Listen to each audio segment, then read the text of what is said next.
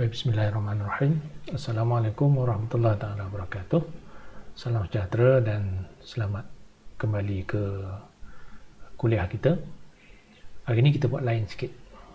Kalau sebelum ni kita buat secara langsung kuliah kita ambil waktu kuliah seperti mana yang dalam jadual kuliah kita. Tapi kali ini kita cuba kaedah barulah.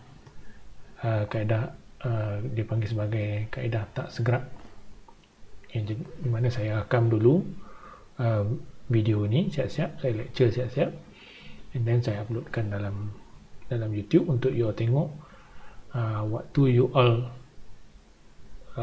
waktu yang sesuai untuk you all, waktu yang sesuai untuk kamu, waktu yang ikutlah berapa lama you nak spend masa untuk follow this particular course, this particular topic. Jadi satu topik tu sekaligus saya packagekan dalam bentuk rakaman sebegini. Jadi saya rasa ini akan mengurangkan banyaklah beban sama ada kepada kamu. Saya sebenarnya saya tak kisah kok mana pun, tapi walaupun saya prefer kalau boleh kita buat live sebab saya suka ada interaksi, tapi selama ni pun interaksi tu taklah berlaku sangat kan. Jadi why not kita try cara inilah, tapi sebelum kita mula, mungkin ada beberapa perkara saya nak sentuh di sini. Pertamanya ialah tolong baca di bawah ni garis panduan umum yang saya letakkan, itu yang very general punya garis panduan. Kemudian di bawah tu lagi, di bahagian description sana pun ada mungkin ada mesej-mesej, mungkin ada pesanan-pesanan yang saya nak sampaikan, saya letakkan di situlah. Termasuk juga tentang attendance. Jadi attendance kita tak buat secara live. Jadi saya minta kerjasama semua supaya bila sampai masa untuk kamu tengok benda ni, ada bunyi cicak. Okay, inilah saya tak boleh buat apa, memang ada, saya ditemani oleh cicak-cicak dalam bilik ni. Apa saya cakap tadi? Okay, attendance ya. Jadi dari segi attendance, saya minta bila kamu tengok video ni, tolong pergi di link yang saya letakkan dalam description di bawah itu. Tolong registerkan masa bila kamu tengok video ni, supaya itu jadi sebahagian daripada attendance. Okay, jadi saya nak record supaya ada rekod bahawa kamu menonton benda ini, menonton topik ini, video ini. Okay, jadi sekarang ni kita bebas. Saya lepaskan kamu daripada waktu kuliah itu, supaya siapa-siapa yang tak ada line, siapa-siapa yang tak ada kesukaran, tak ada gangguan masa dan sebagainya, maka dia masih boleh mengikuti kuliah ni. Kalau sebelum ni memang kita buat live, tapi bila keadaan macam tu, bila ada gangguan dan sebagainya, kamu terlepas banyak. Jadi saya rasa ini cara yang mungkin the next best thing lah. Walaupun elemen interaksi tu kurang, tapi lagi sekali di bawah tu ada ruangan komen. Jadi you boleh letakkan komen di situ, you boleh tanya soalan supaya kita masih boleh berinteraksi. Dan mungkin once in a while nanti bila kita ada masa untuk kita buat live, maka kita akan entertain all those questions lah, dan kita akan jawab soalan-soalan tu lah. So mungkin akan ada jugalah waktu kita berinteraksi secara live, tapi saya nak cuba sekarang ni untuk buat topik ni dalam bentuk tidak segera macam ni, dalam bentuk rakaman. Jadi saya ingat itu pesanan awal lah, dan tolong baca saya punya garis panduan di bawah ni, supaya you dapat dapat manfaat yang maksimum daripada kuliah kita inilah. Baik, jadi terus kepada bahagian yang ke-8. Topik yang ke-8 ni kita akan bincangkan tentang satu lagi fenomena masyarakat yang mungkin kita kurang familiar, tetapi tak kurang pentingnya untuk kita tahu macam topik-topik yang lain. So tajuk dia adalah stratifikasi sosial. Saya ingat bahagian sosial tu semua orang aware lah. Bila sebut sosial tu dia berkait dengan masyarakat, berkait dengan dengan our key business kita dalam sosiologi ni, iaitu memahami tentang masyarakat. Tapi yang mungkin istilah yang agak unfamiliar, yang kita kurang biasa dengar, ialah sertifikasi itu. Apa maksud sertifikasi? Secara umumnya sertifikasi ni dia merujuk kepada strata. Daripada perkataan strata. Strata ni maksudnya tingkat-tingkat, layers. Okay? Jadi bila kita cakap tentang bangunan yang berstrata, kalau kamu pernah dengar istilah itu lah, dia kata bangunan ni bangunan berstrata. Jadi bangunan berstrata tu merujuk pada apa? Bangunan yang ada tingkat-tingkat, macam kondominium, macam rumah pangsa. Jadi dia ada different layers. Itu kita panggil bangunan yang berstrata. So stratifikasi di sini dia merujuk kepada tingkat-tingkat itulah yang ada dalam masyarakat. Jadi dengan kata lain, salah satu elemen penstrukturan masyarakat ialah wujudnya different levels hierarchy. Macam mana masyarakat ni dia letakkan manusia itu di dalam layer yang berbeza, dalam tingkat-tingkat yang berbeza. Okay? Jadi itu maksud stratifikasi. So saya ingat kita mulakan topik ini dengan definisi yang umum begitu. Nanti kita akan tengok dengan lebih detail lah. Baik, sebelum kita akan define dulu. Tapi sebelum kita define tu sendiri, kita mulakan dengan senario ini.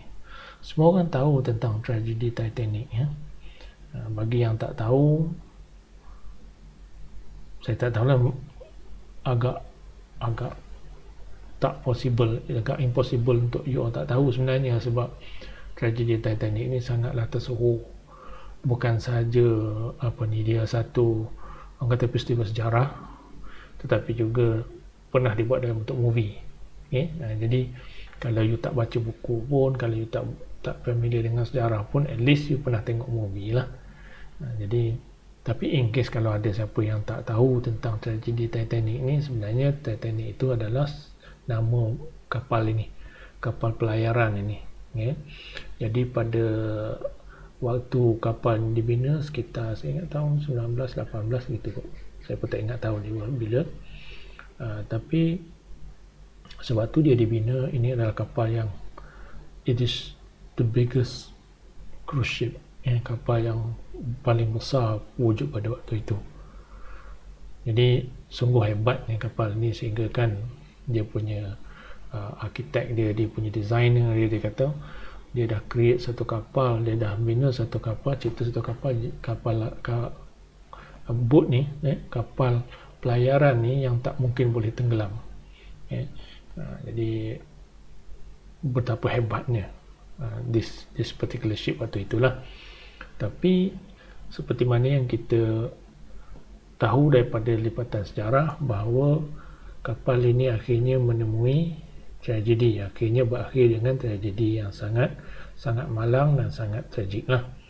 Di mana dalam pelayaran sulung dia, sewaktu dia mula-mula berlayar daripada England menuju ke Amerika Syarikat, merentas lautan Atlantik, maka dia bertembung dengan air batu, dengan iceberg. Di tengah pelayaran tu terlanggar iceberg, lalu tenggelam. Jadi betapa salahnya dia punya creator tadi, dia punya arkitek dia tadi, yang katakan bahawa dia dah cipta satu kapal yang tak mungkin boleh tenggelam. Ialah kalau you duduk waktu itu pun, you duduk di sebelah kapal tu, tentulah you nampak betapa hebat dia kan.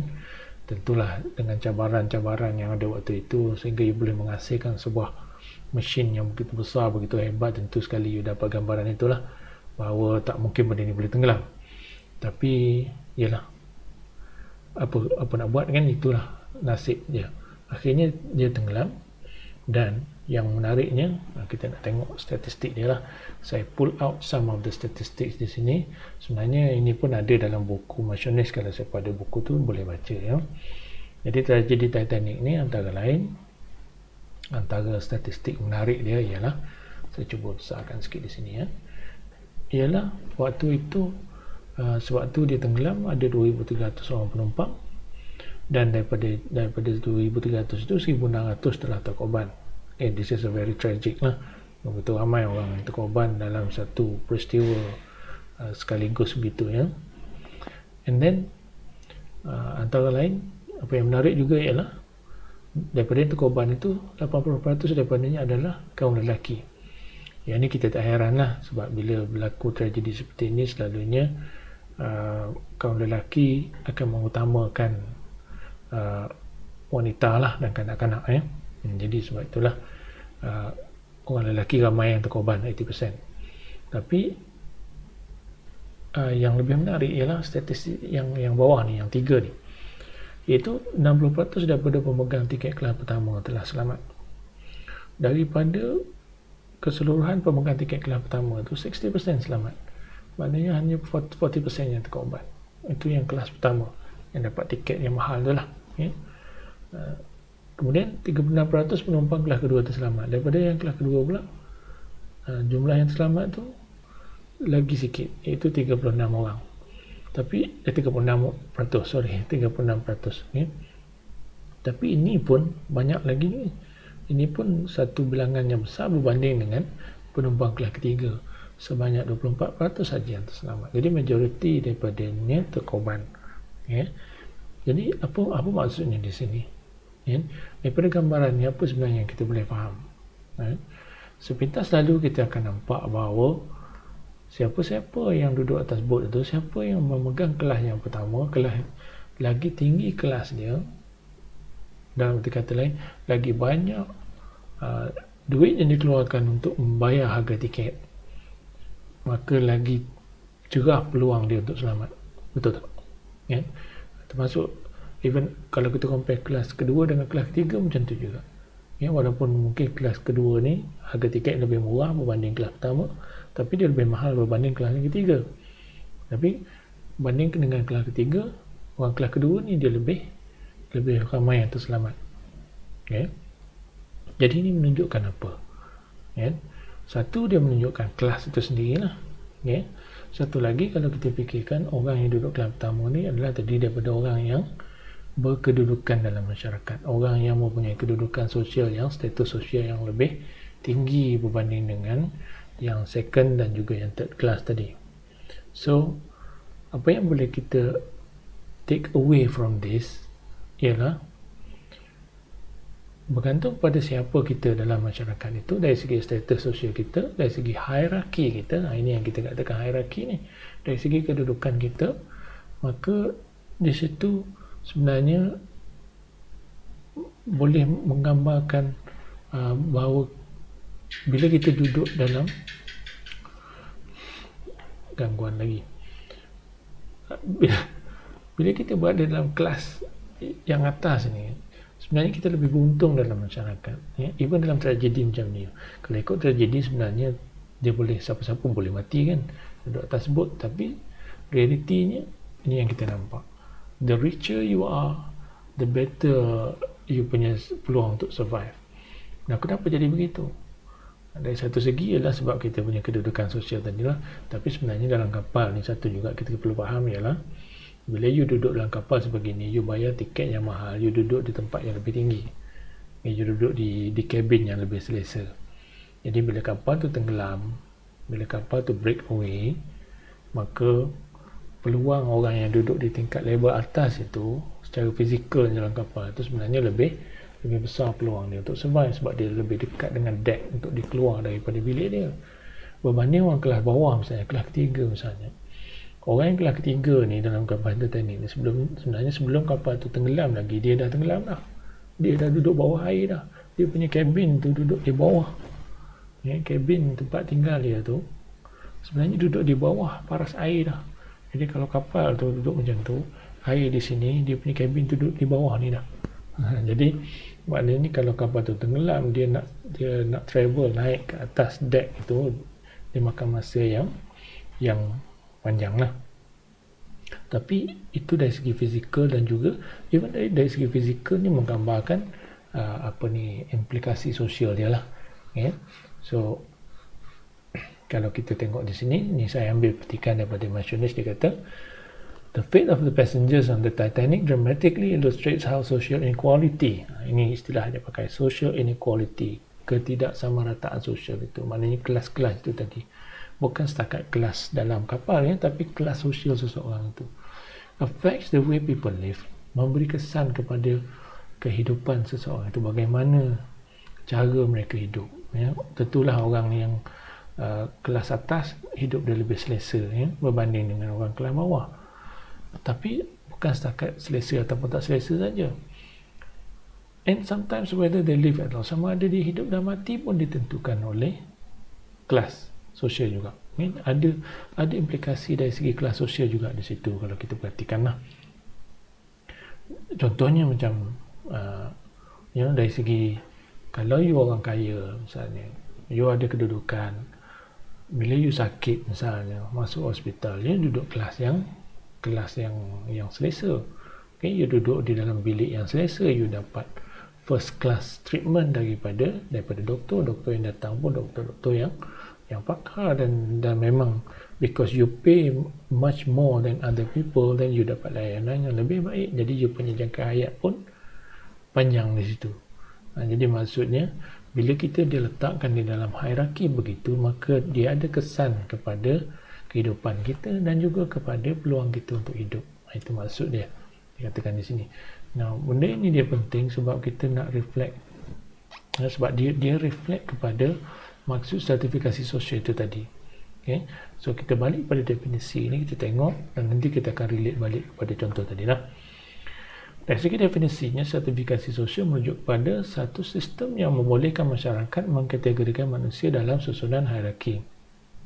Maknanya sertifikasi sosial ini macam satu sistem yang society telah letakkan, dan sistem ini tujuan dia ialah untuk meletakkan kita di dalam status yang macam mana dari segi kedudukan sosial kita, dari segi hierarki itu tadi, dari segi tingkat-tingkat itu tadi. Maknanya seolah-olah macam kita ni, society tolong slotkan kita, okay, you duduk di slot ini, you duduk di slot ni, you duduk di slot ni. Sama ada by design ataupun secara kebetulan, memang hierarki itu dia ada kelas, dia ada tingkat-tingkat layer-layer dia lah, dan tentu sekali mereka yang berada di atas tentunya lebih beruntung, lebih berprestige berbanding dengan orang yang di bawah lah. Even kita pun, ini gambaran dan ini walaupun ini kartun tapi gambaran macam tu lah. Even kita pun ingat dulu masa kita budak-budak dulu, bila ada katil bertingkat dalam bila mak kita beli katil bertingkat kan, kita dengan adik kita nak share, dengan kakak kita nak share, masing-masing berebut nak duduk di atas kan. Sebab apa? Sebab kedudukan di atas tu lebih selesa, lebih gah berbanding dengan orang duduk di bawah. Begitu juga dengan society. Bila dah ada slot-slot atas, tengah dan bawah tu, maka siapa yang duduk di atas dia lebih beruntung berbanding orang berada di tengah dan juga berada di bawah. Dan paling malang sekali ialah mereka yang berada di bawah lah. Jadi itu gambaran apa yang dimaksudkan dengan sertifikasi sosial di situ. Jadi melalui sistem ini, setiap individu disusun dalam hierarki ini dan diberikan status sosial tertentu. Susunan tu satu, tapi apa yang lebih penting ialah apa maksud bila kita berada di atas, apa maksud bila berkata di bawah dan di tengah. Okay? Itu lebih penting. Okay? Kalau setakat susunan itu tak ada masalah. Mungkin setengah orang dia prefer duduk atas, setengah orang prefer duduk bawah. Itu preference lah, itu kita punya pilihan. Tapi selalunya orang suka berada di atas. Sebab apa? Sebab konotasinya, sebab maksudnya bila you berada di atas, then what is the meaning? Okay? Apa keistimewaannya, apa kelebihannya? Dalam sertifikasi sosial selalunya duduk di atas tu dia ada kelebihan lah. Dari segi macam kita kata tadi lah, even dia duduk dalam kapal yang tenggelam pun, bila you duduk di kelas di atas itu, peluang you untuk hidup tu lebih besar. Even dalam masyarakat pun macam tu jugalah hakikat dia.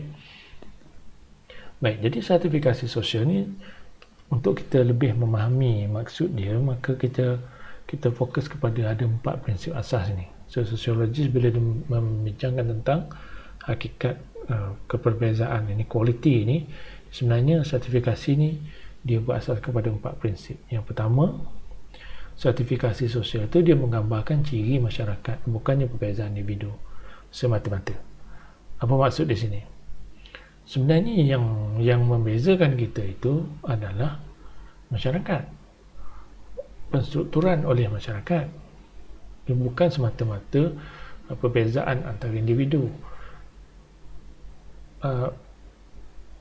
Maksudnya di sini ialah kadang-kadang kita tak kisah sebenarnya, ya. Kita tak kisah kita duduk di atas ataupun di bawah secara individu, secara personal. Okay? Kita tahu kita berbeza dengan orang lain. Mungkin orang tu berkedudukan lebih tinggi berbanding dengan kita. Tapi atas dasar personal, kita tak nampak beza. Okay? Macam dalam Islam misalnya, kan, ada orang kaya, ada orang miskin. Tapi bila dia berada di masjid, berada di dalam masyarakat, dia sama, dia equal. Okay? Jadi dari segi individu, kita tak ada masalah. Misalnya kalau kita hulurkan tangan kepada orang yang statusnya lebih tinggi, maka dia akan bersalam dengan kita, tak ada masalah. Maknanya perbezaan individu tu selalunya kita tak penting. Tapi yang lebih penting dalam sertifikasi sosial ni ialah masyarakat yang meletakkan perbezaan itu. Jadi bila masyarakat meletakkan perbezaan itu, nak tak nak, kadang-kadang kita terpaksa ikut. Walaupun kita kata dia ada pangkat datuk, dia ada pangkat profesor, tapi kita tengok dia macam manusia biasa, secara personal. Dan orang itu pun sama juga, walaupun dia ada pangkat, tapi dia tengok kita macam kawan-kawan, macam biasa je. Tapi di sebalik itu sebenarnya status dia itu ada signifikan tertentu. Maksudnya walaupun kita kata kita sama level dengan dia, tapi masyarakat kata tak sama. Masyarakat kata tak membezakan antara orang itu dengan kita. Dia akan sentiasa ada that level itu. Dia akan sentiasa ada perbezaan itu. Walaupun atas dasar personal kita sebenarnya kita boleh terima siapa sahaja, kita boleh menganggap semua orang sama rata, tapi dari segi pengiktirafan masyarakat dia akan berbeza.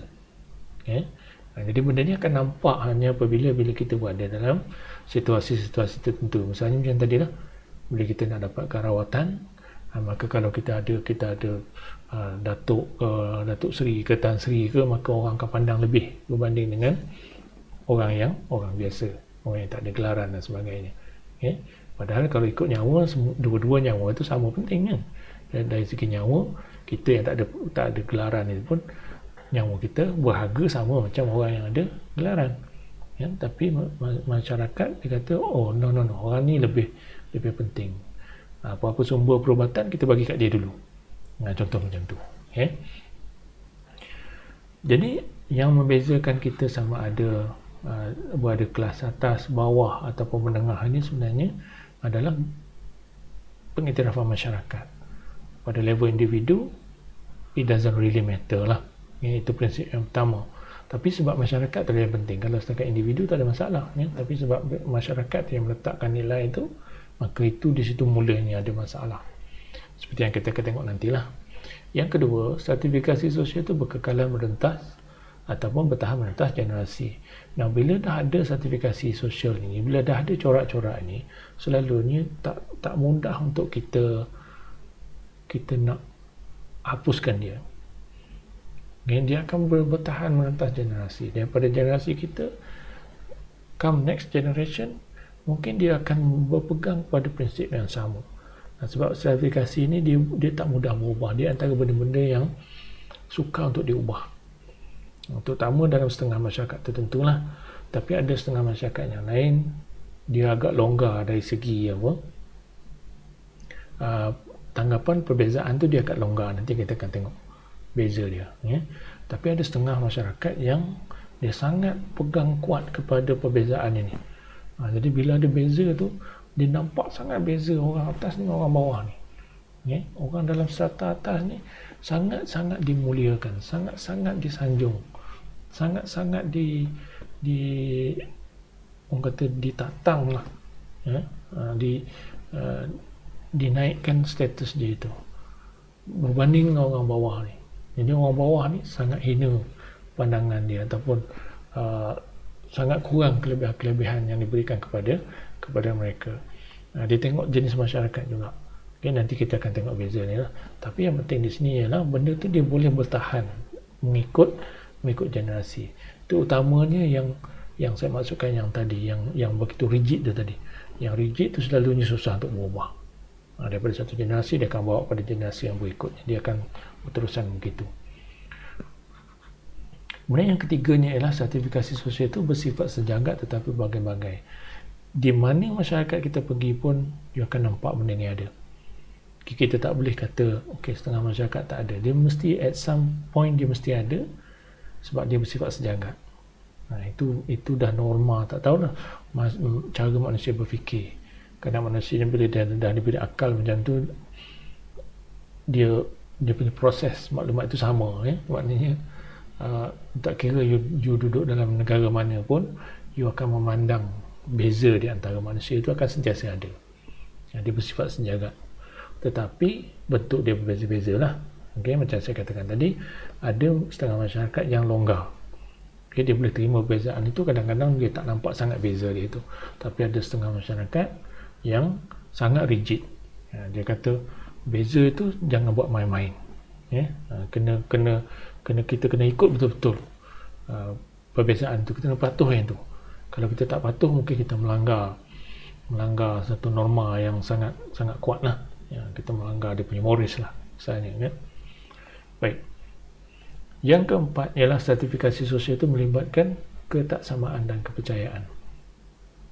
Kenapa yang kalau kita kata poin yang ke nombor 2 tadi tu, kenapa sesetengah masyarakat itu dia sangat berpegang kepada perbezaan itu, sangat berpegang pada strata itu, dia sukar untuk lepaskan, sukar untuk diubah. Kenapa jadi begitu? Poin yang keempat adalah menerangkan kenapa benda itu berlaku, sebab sertifikasi sosial ni terutamanya dalam masyarakat yang rigid, dia sebenarnya berkait dengan kita punya kepercayaan kita punya conviction, kita punya keyakinan bahawa manusia ni tak sama level dia. Walaupun dalam masyarakat selalunya kita kata setiap orang itu sebenarnya sama. Macam dalam Islam kita kata manusia itu sama di mata Allah Ta'ala, semua orang sama.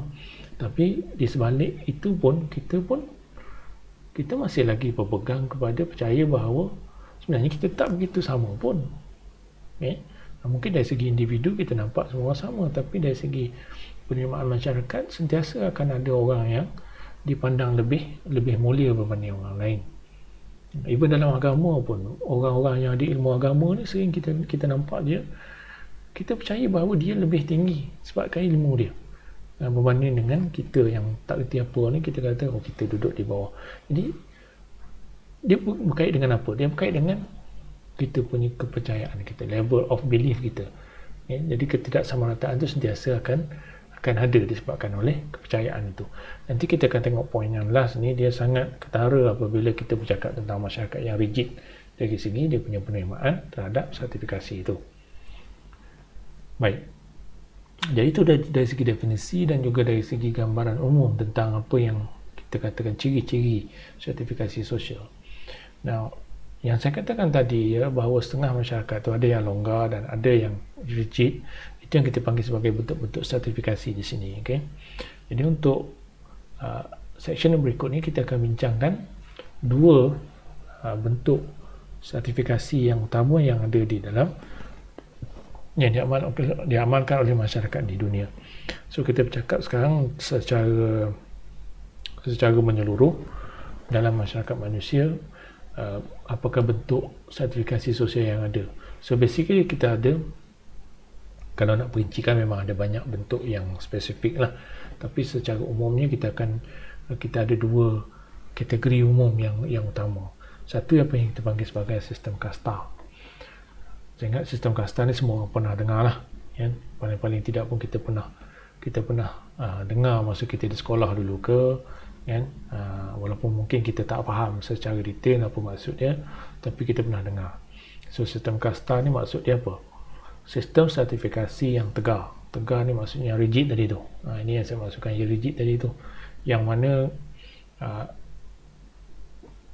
bila masyarakat itu dia berpegang pada sistem seperti ini, kita nak ubah dia punya mindset itu sangatlah susah.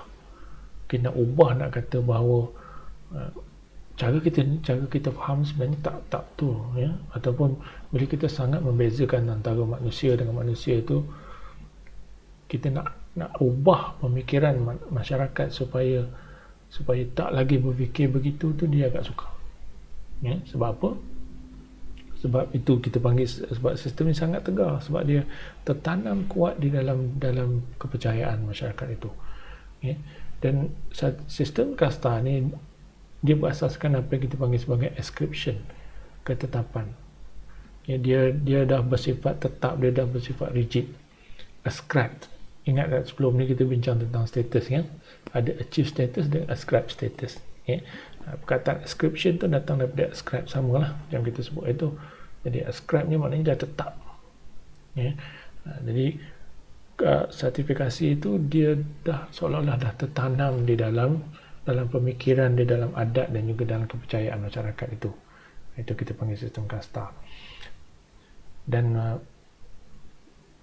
antara model sistem kasta yang utama yang kita boleh tengok wujud dalam masyarakat di dunia ni ialah seperti mana yang diamalkan di India. Kalau di India tu kita akan nampak sistem kasta yang orang kata dalam bentuk yang pure dia. Dalam bentuk yang pure. Sebenarnya sistem kasta ni bukan hanya di India, ada juga di setengah masyarakat lain yang mengamalkan sistem yang macam sistem kasta, walaupun kita tak panggil dia kasta tapi dia agak rigid. Mana-mana sistem yang rigid itu kita panggil kas lah. Tapi yang spesifiknya boleh sebut kasta ni selalu kita rujuk pada apa yang berlaku di India yang diamalkan oleh masyarakat di sana. So kalau kita tengok gambar rajah ni, jadi kalau macam di India itu, ini antara level-level ataupun kasta-kasta yang secara tipikalnya ada di sana. Kita ada kelas ataupun kasta, kita tak panggil kelas, kelas satu lagi nanti kita akan tengok sistem satu lagi kita panggil kelas, yang ni kita panggil kasta.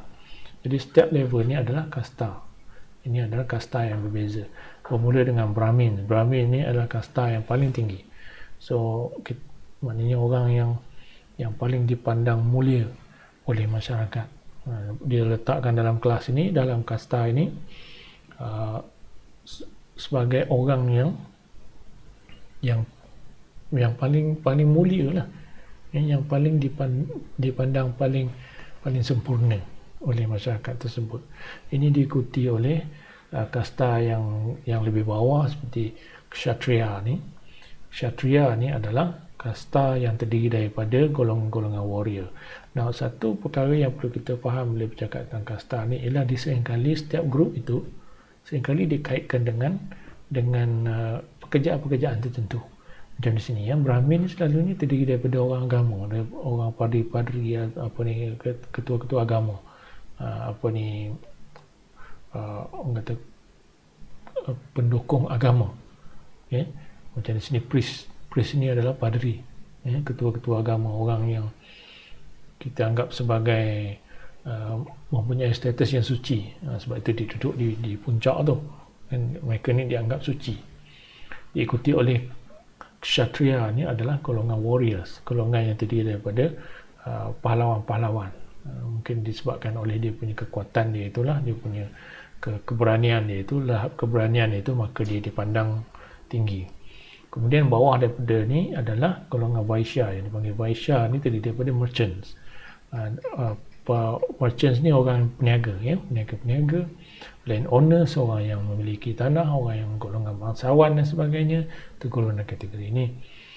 Bawah daripada ini dipanggil sebagai Shudra. Shudra ni lebih lower status dia, lebih rendah status dia, sebab mereka ni terdiri daripada siapa? Servants, orang-orang gaji, subordinate to Vaishya. Dia ni lebih subordinate, dia mereka ni adalah subjek kepada golongan-golongan atas ni. Jadi dari segi kedudukan dia, golongan Shudra ni dia bekerja untuk kasta yang lebih atas. Dia subordinate kepada golongan yang lebih atas itulah.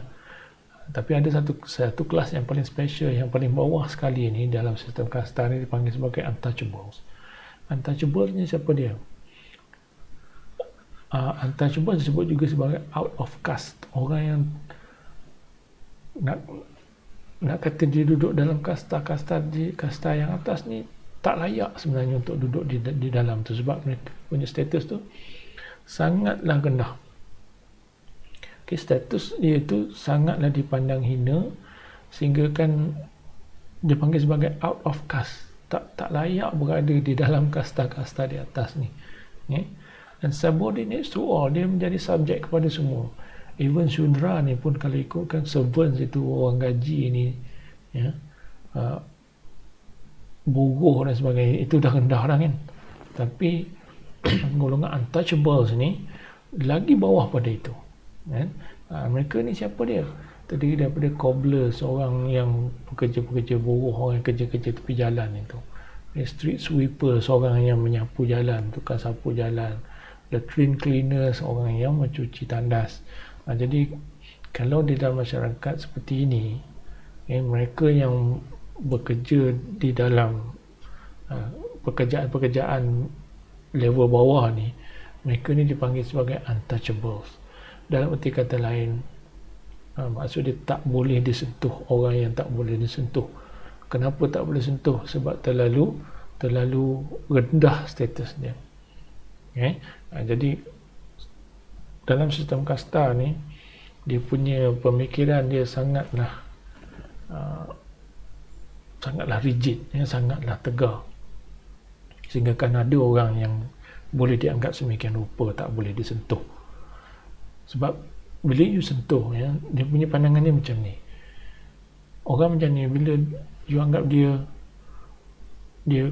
hina, maka bila you duduk dalam kasta yang lebih tinggi, and then you bergaul dengan mereka, you sentuh mereka, maka kekotoran mereka itu, hinaan mereka itu akan berjangkit kepada diri kamu.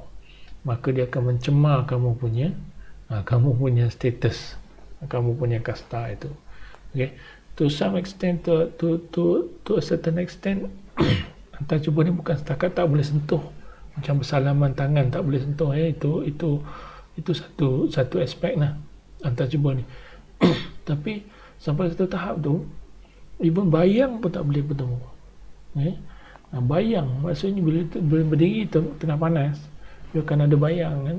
Bayang kamu tu kalau boleh jangan bertemu dengan bayang orang daripada kasta yang lain, sebab terlalu hinanya pandangan itu, terlalu hinanya kedudukan mereka itu, terlalu rendahnya. Jadi sampai ke tahap itu, cara berfikir kasta ni. Sebab itu kita panggil dia sistem yang rigid. Tambah pula, antara ciri kasta ni ialah tidak ada mobiliti sosial. Dia bermula dengan ketegaran tadilah, sebab dia tegar, maka dia tak membenarkan pergerakan di antara kasta. So kalau you tengok di sini ada level-level dia kan. Jadi antara level ni you cannot even move about. You tak boleh naik, you tak boleh turun.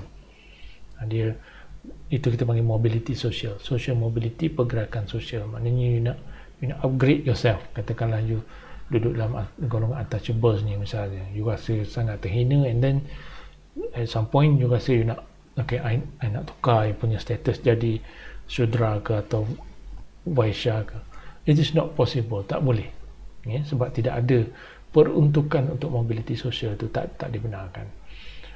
Sebab itu hierarki ni dikatakan hierarki yang sangat tegar lah, sangat tetap. Dan kalau kita tengok di sini kita ada sempadan-sempadan. Sempadan ni sebenarnya very real dalam masyarakat tu. Dia seolah-olah macam tembok, you cannot penetrate, you tak boleh tembus tembok itu. Dia sangat rigid begitu. Kemudian status yang diperolehi itu adalah sejak daripada lahir dan akan kekal sepanjang hayat. So bila you lahir dalam golongan untouchable ni, di situlah you akan stay sampailah sampai you matilah, sampai until the end. Kekal sepanjang hayat. You can never move about. You tak boleh ubah, you tak boleh tukar you punya status itu. Jadi bayangkanlah tiba-tiba you lahir, and then you sedar bahawa you duduk dalam kelas bawah, maka malanglah kamu punya status tu macam tu lah sampailah ke hujung hayat. There's nothing you can do. You tak boleh ubah lagi dah.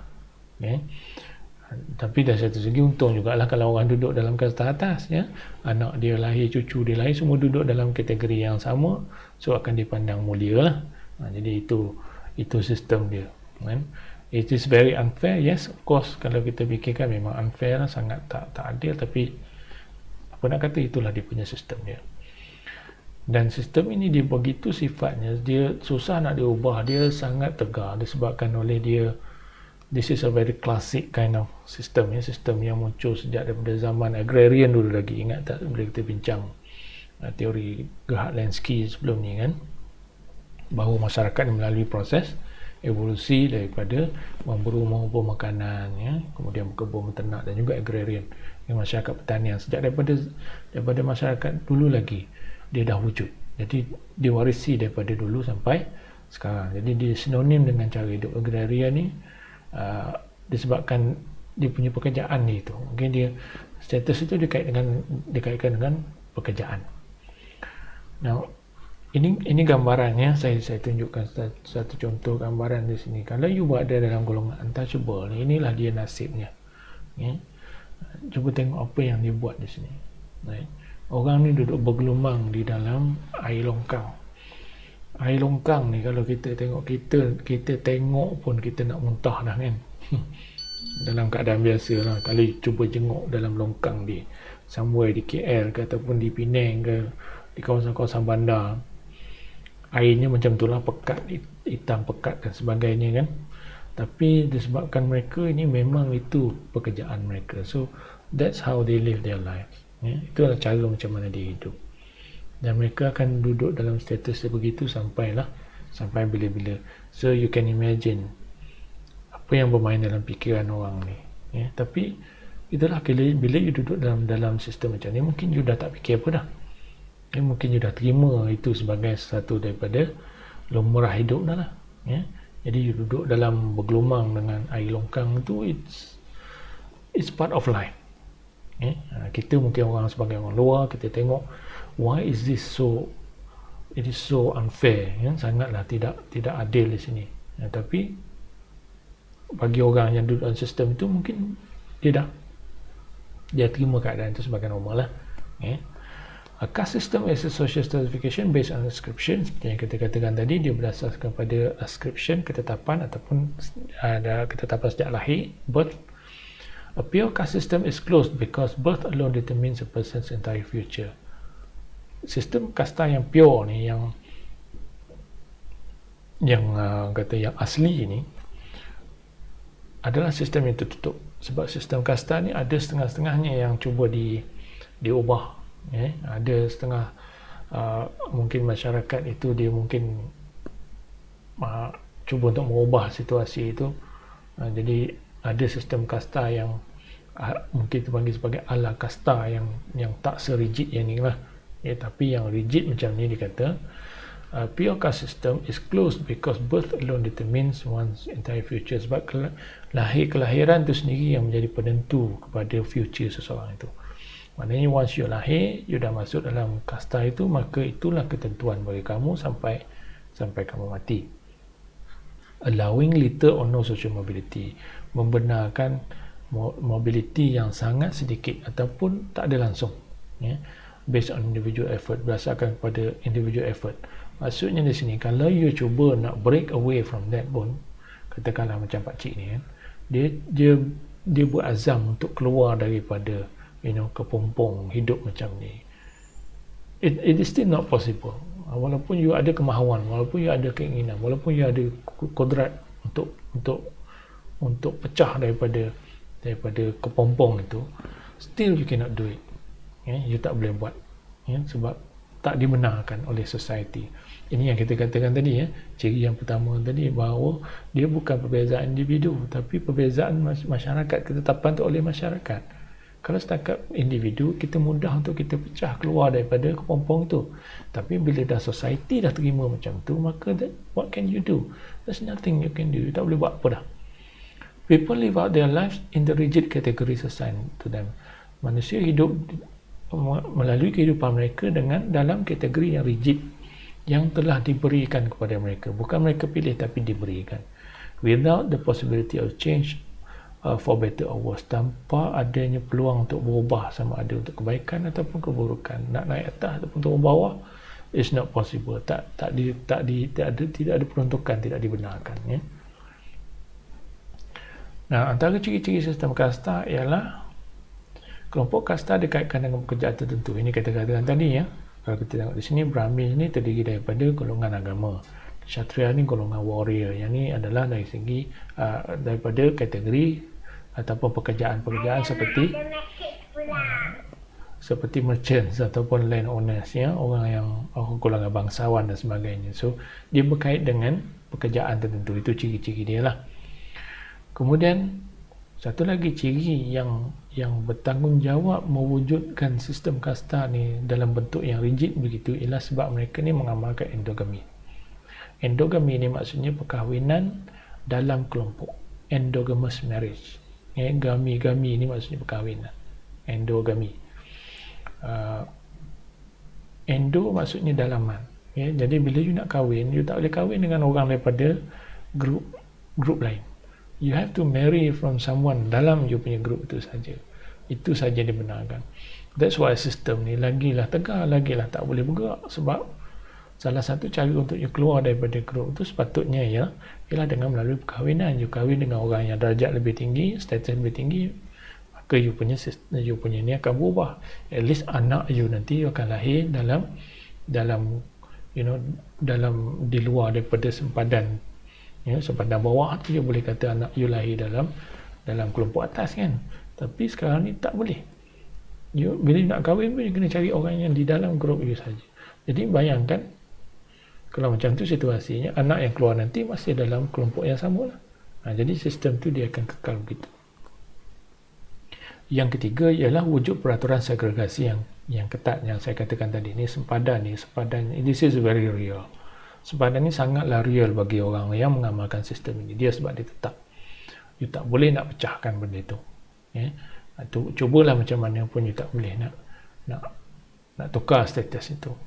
Sebab itu kalau you tengok misalnya kata filem-filem daripada India misalnya, cerita Tamil, cerita Hindustan kan, antara tema utama dia yang selalu, saya ingat maybe dalam 90% filem-filem di sana, tema dia akan sentiasa ada tema ini, tema perkahwinan di antara kelas, perkahwinan merentas kelas ni. Sebab itulah orang di sana pun dia suka filem-filem macam tu, sebab dia cuba melayan fantasi dia itu.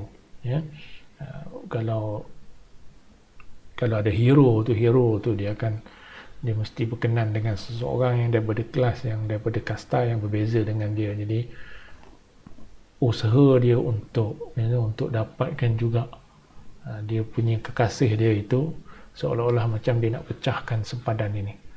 Itu yang cerita tu jadi menarik tu. Itu yang cerita tu menjadi, orang kata, dia melayan fantasi masyarakat di sana. Jadi sebabkan itulah kita kata orang di sana pun, mereka pun sebenarnya ialah dia terasa terkekang oleh situasi itu. Tapi bila ada peluang, misalnya bila ada ruang untuk dia berfantasi untuk pecah daripada sistem sempadan itu, maka mereka layan. Itu yang cerita dia orang tu selalunya cerita yang macam tu. Ini saya punya teori lah, ya betul ke tidak saya mungkin perlukan kajian, ataupun mungkin kita perlu tengok pernah tak orang buat kajian dan sebagainya. Tapi antara faktor yang menyebabkan cerita Hindustan ni, cerita dia lebih kurang sama je, tema dia sama je, ialah sebab ni lah. Sebab dia punya dominasi pemikiran dia itu. Dan kemudian berlandaskan kepercayaan prinsip budaya yang kuat. Kenapa susah sangat nak pecah sempadan ini? Kenapa suka sangat nak menghapuskan sistem ini? Saya percaya orang yang duduk dalam sistem ini, mereka pun rasa benda itu tak adil. Jauh di benak hati mereka lah, walaupun mereka, saya katakan tadi, mereka terima hakikat itu. Tapi kalau kita berfikir secara logik, tentu sekali kita akan sampai pada satu kesimpulan bahawa this is not fair. Benda ni mesti tak fair. Tetapi kenapa dia masih kekal? Dia kekal di sini sebab apa? Sebab prinsip itu kuat. Sebelum ni kita banyak berbincang kan, once you create a society, once you create the social structure macam tu, maka you akan jadi subjek kepada social structure itu. You mungkin tak boleh nak ubah lagi dah apa yang ada. Ini yang dikatakan oleh Immanuel Kant dulu kan. Dia kata society itu adalah social fact. Bila dia dah wujud, maka dia memberi kesan pada kita. Sama juga di sini. Bila sistem kasta itu dah wujud, Kita sebenarnya mewujudkan dia, ya. Kita yang sebenarnya create dia, kemudian tapi bila dia dah wujud, bila dah create, maka kita terkekang oleh dia, ya. Maka kita atas kepercayaan itu, atas prinsip budaya itu menyebabkan kita susah untuk mengubah keadaan itu, sebab dia dah jadi rigid. Okay? Itu ciri yang keempat. Dan itu antara ciri-ciri dia, ada 4 ciri itu. Dan last sekali ialah kita tengok di sini, bila bercakap tentang sistem kasta ni, kita panggil dia sebagai sistem tertutup.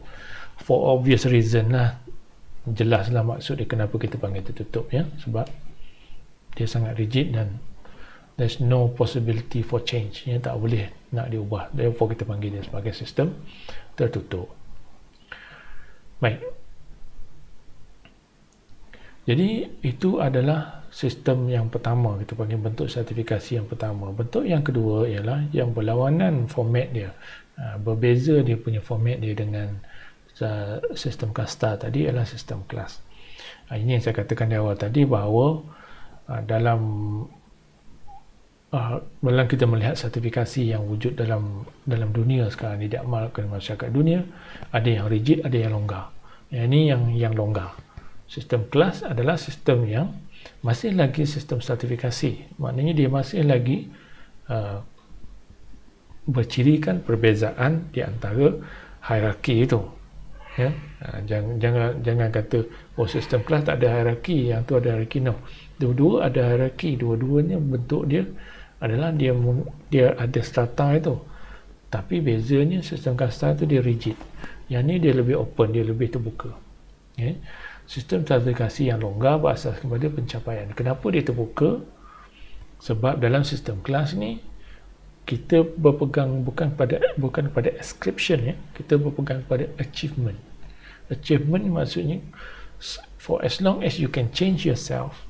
Bila you boleh ubah diri you, maka you digalakkan supaya berbuat demikian.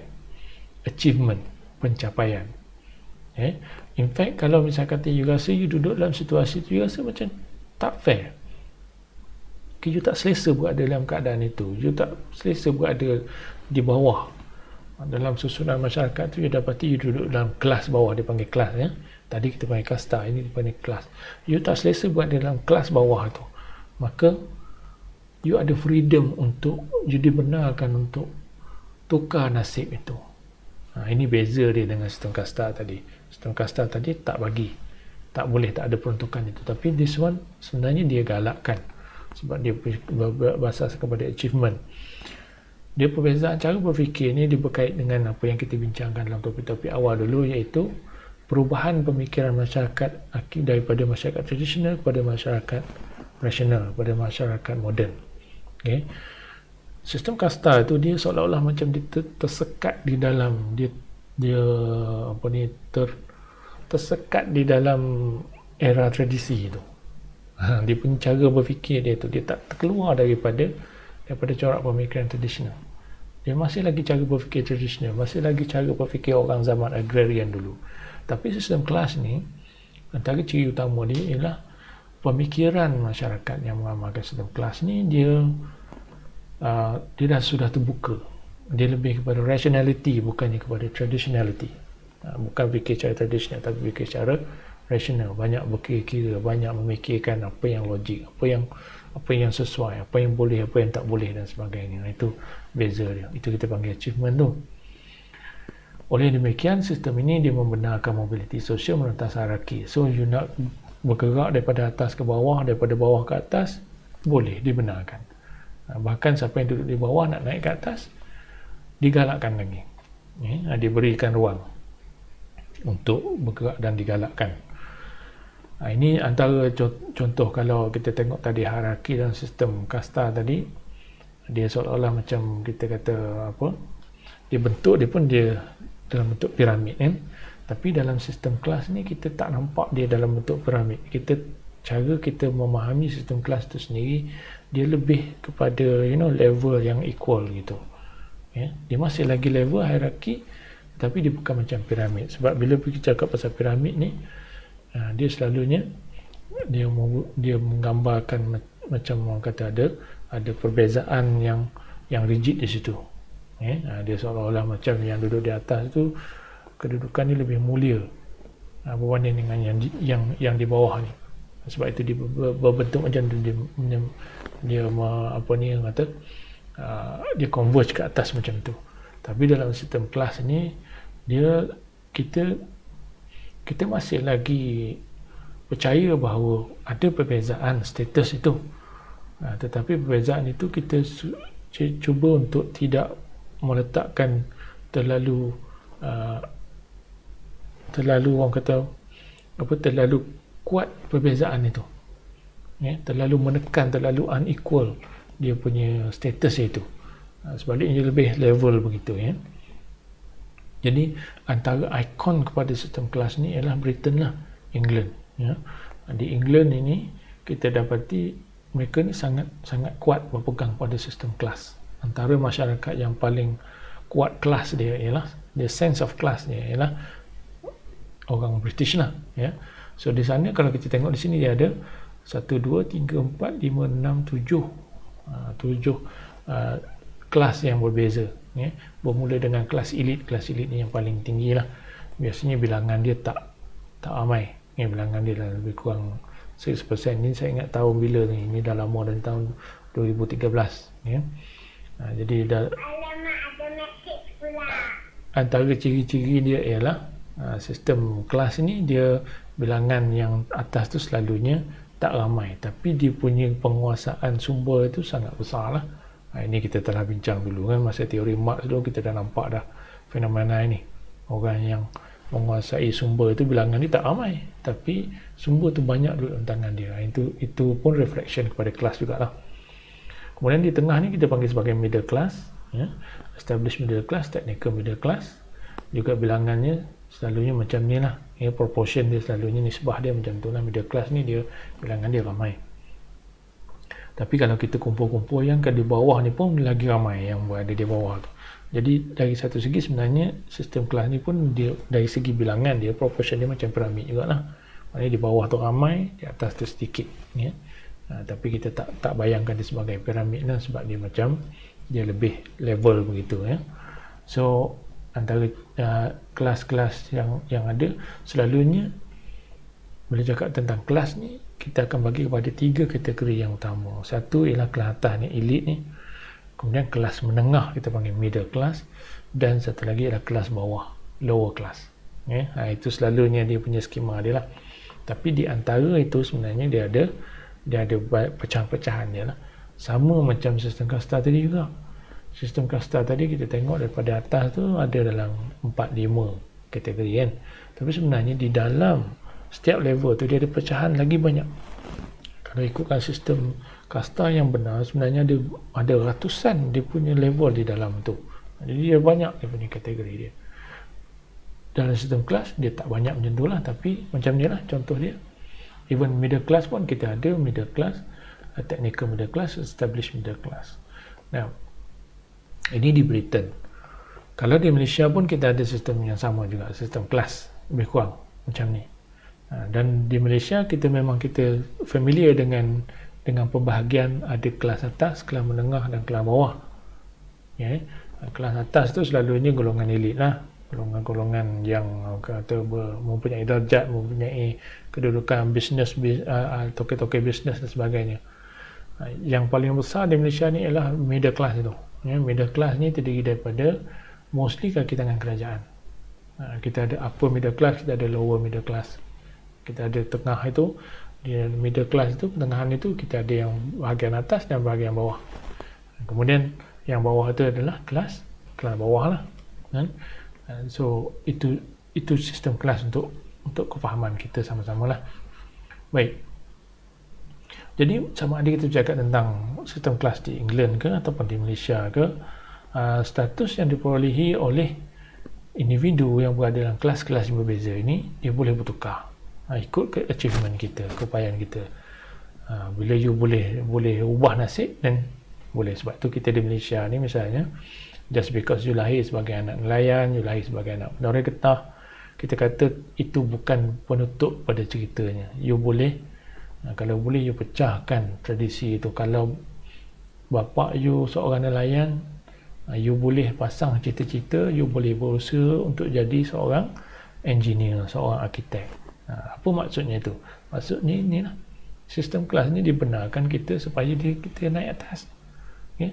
Even orang di atas pun kalau dia katakanlah dia bosan, duduk dalam kemewahan, duduk dalam kekayaan. Saya tak tahulah kalau ada orang macam tu, tapi mungkin ada setengah orang macam tu. Dia nak turun bawah, dia nak jadi orang kebanyakan orang biasa pun boleh. Tak ada masalah. Ya? You nak naik atas, turun bawah, you can. Ikut keupayaan kita. Okay, sistem kelas ini satu gambar Al-Masyur ni macam tadilah. Kita tengok sistem kasta tadi. Yang ni saya ingat you boleh baca sendirilah. Ya? Yang dia cerita di sini ialah apa kriteria dia bila bercakap tentang sistem kelas ni, ya. More open tangkas sistem, ya. Jadi macam-macam yang saya cerita ni lah. Jadi saya ingat you boleh baca sendiri yang tu. Yang penting ialah kita tengok yang seterusnya. Poin seterusnya ialah sistem kelas ni ia sinonim dengan corak masyarakat industri. Kenapa cara berfikir orang kelas ni berbeza dengan orang kasta tadi, ya? Sebab cara berfikir itu dia mirip kepada masyarakat industri. Dulu kita pernah bincang kan, beza di antara masyarakat tradisional dan masyarakat industri dengan masyarakat moden. Cara berfikir itu. Orang masyarakat moden ni dia lebih banyak critical thinking, dia boleh lebih banyak berfikir secara praktikal, pragmatik. Orang industri ni dia percaya bahawa kalau you boleh berusaha, kalau you ada daya usaha untuk untuk meningkatkan kualiti hidup you, kenapa you tak buat? Kenapa you nak sekat? Kenapa ada orang nak sekat you daripada mengubah nasib? Itu cara orang moden berfikir, orang zaman industri. Sebab dia berfikir secara saintifik, secara rasional. Rasional ni orang, kalau you boleh ubah nasib you ubahlah. Apa halangannya? Tapi cara berfikir ni dalam sistem kasta tadi beza. Dia tak fikir macam tu. Dia fikir you dah lahir dalam group itu, then forever you will be in that group. Dia berkait dengan cara kita berfikir. Kemudian kita tengok beberapa ciri-ciri sistem kelas ni, ya. Sama macam tadi, dia sebenarnya mirror image kepada dia sebenarnya terbalik daripada sistem kasta tadi. Kalau sistem kasta tu kata macam ni, sistem kelas ni dia terbalik. Contohnya macam individu kemahiran boleh bergerak merentas hierarki. Kalau tadi sistem tu rigid, tak boleh bergerak merentas hierarki. Tak boleh, tak ada social mobility, tak dibenarkan.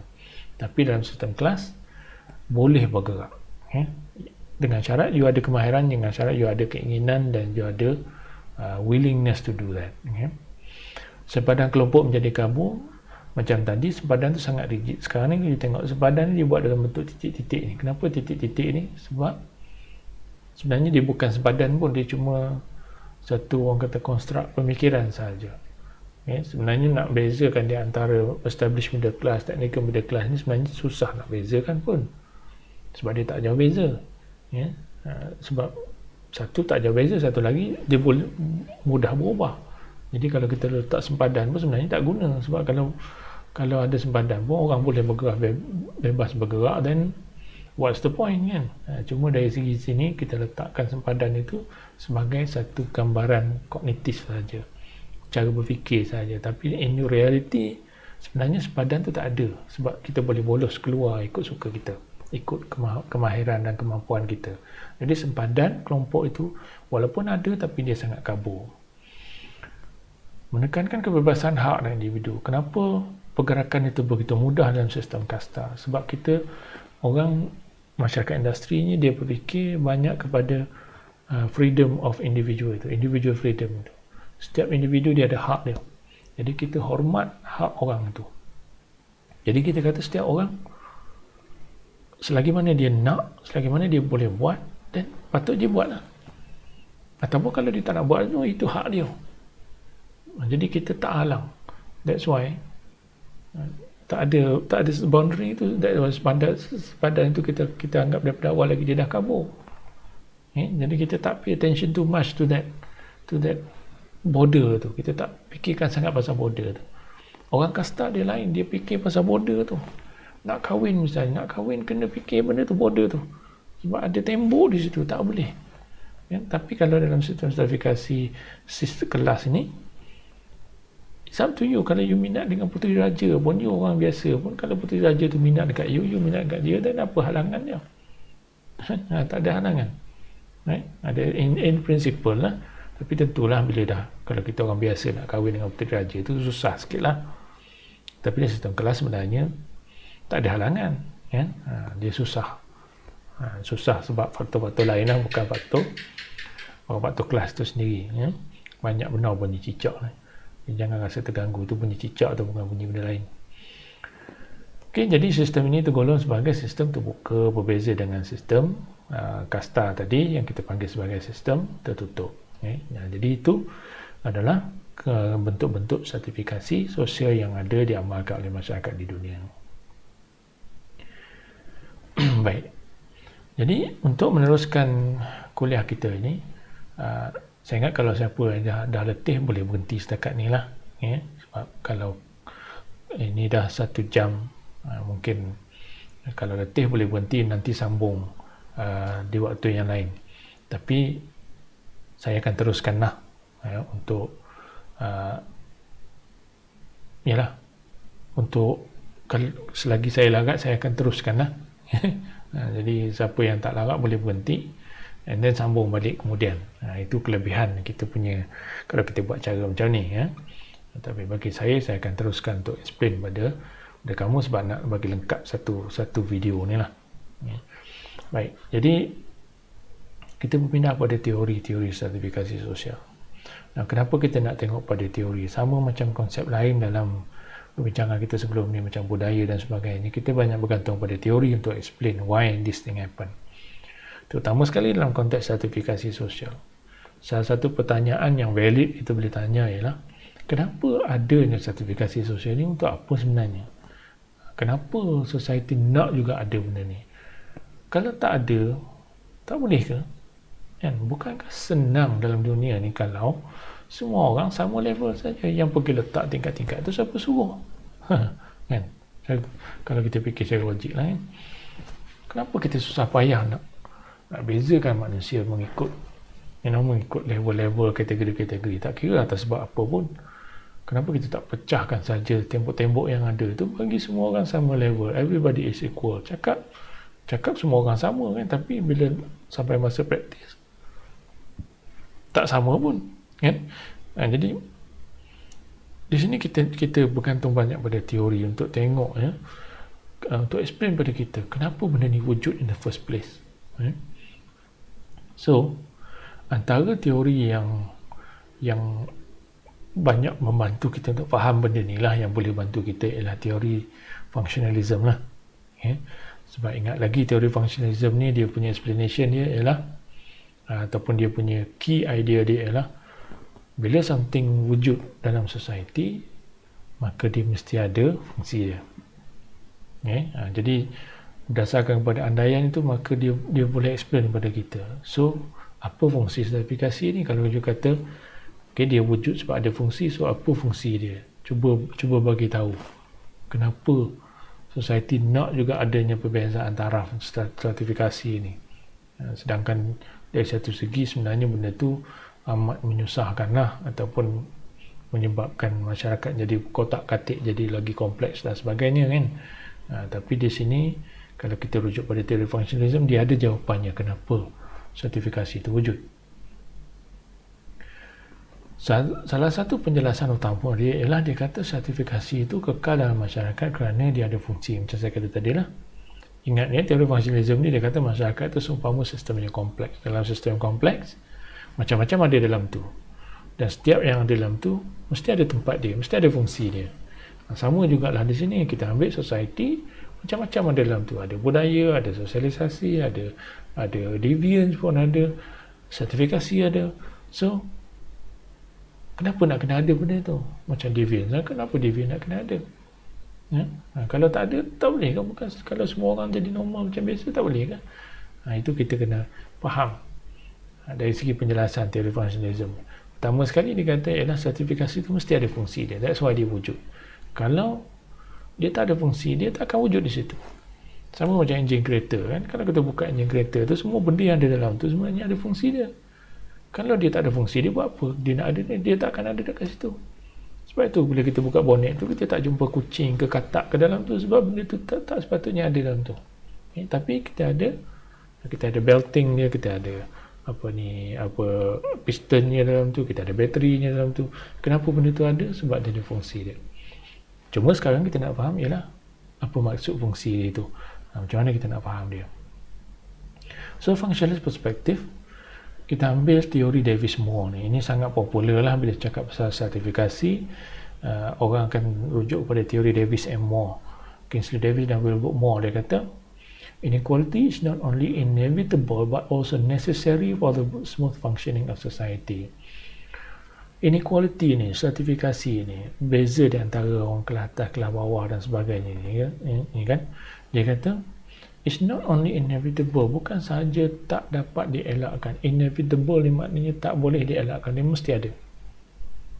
Okay, jadi sebab itulah kita tengok tadi kan, dia ada di mana-mana, dia sejagat, cuma bentuk dia berbeza. So Davis and Moore, dia kata benda ni memang kena ada.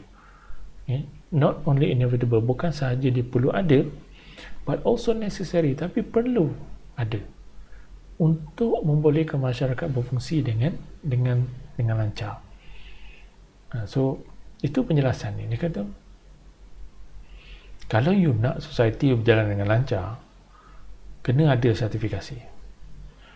Kalau kita fikir kenapa pula jadi macam tu, bukankah bila dah ada perbezaan macam tu, masyarakat jadi makin unfair, makin tak sama rata kan. Jadi apa muslihat dia ni, apa sebenarnya maksud dia sini?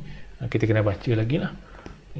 Davis and Moore thesis, which has become the definitive functionalist explanation for social inequality, can be summarized as follows.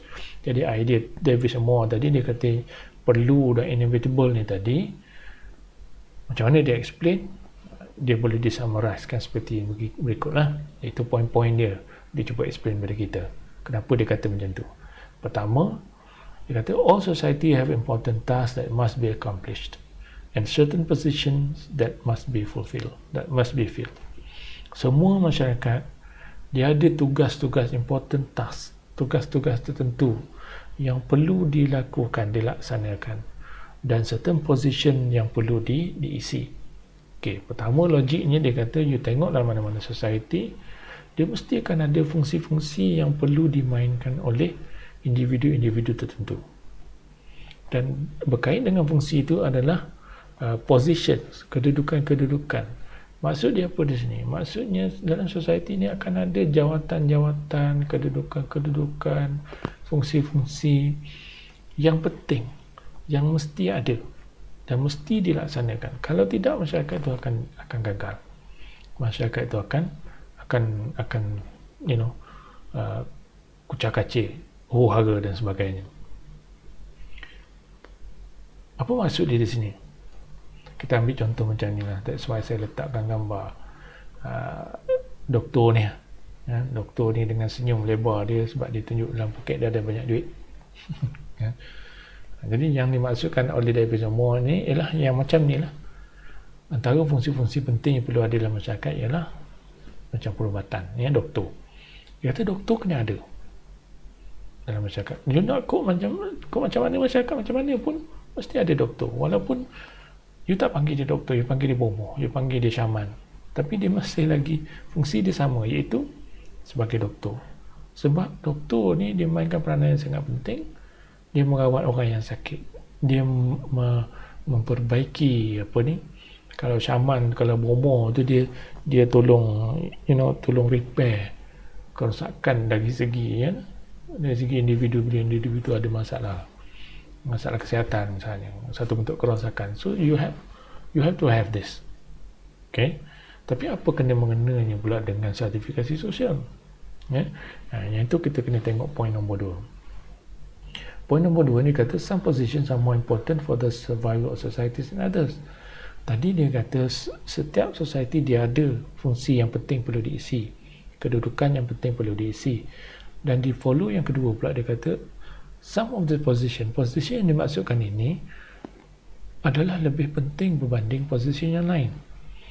Ada pula position ini yang mana dia lebih penting untuk diisi berbanding dengan yang lain.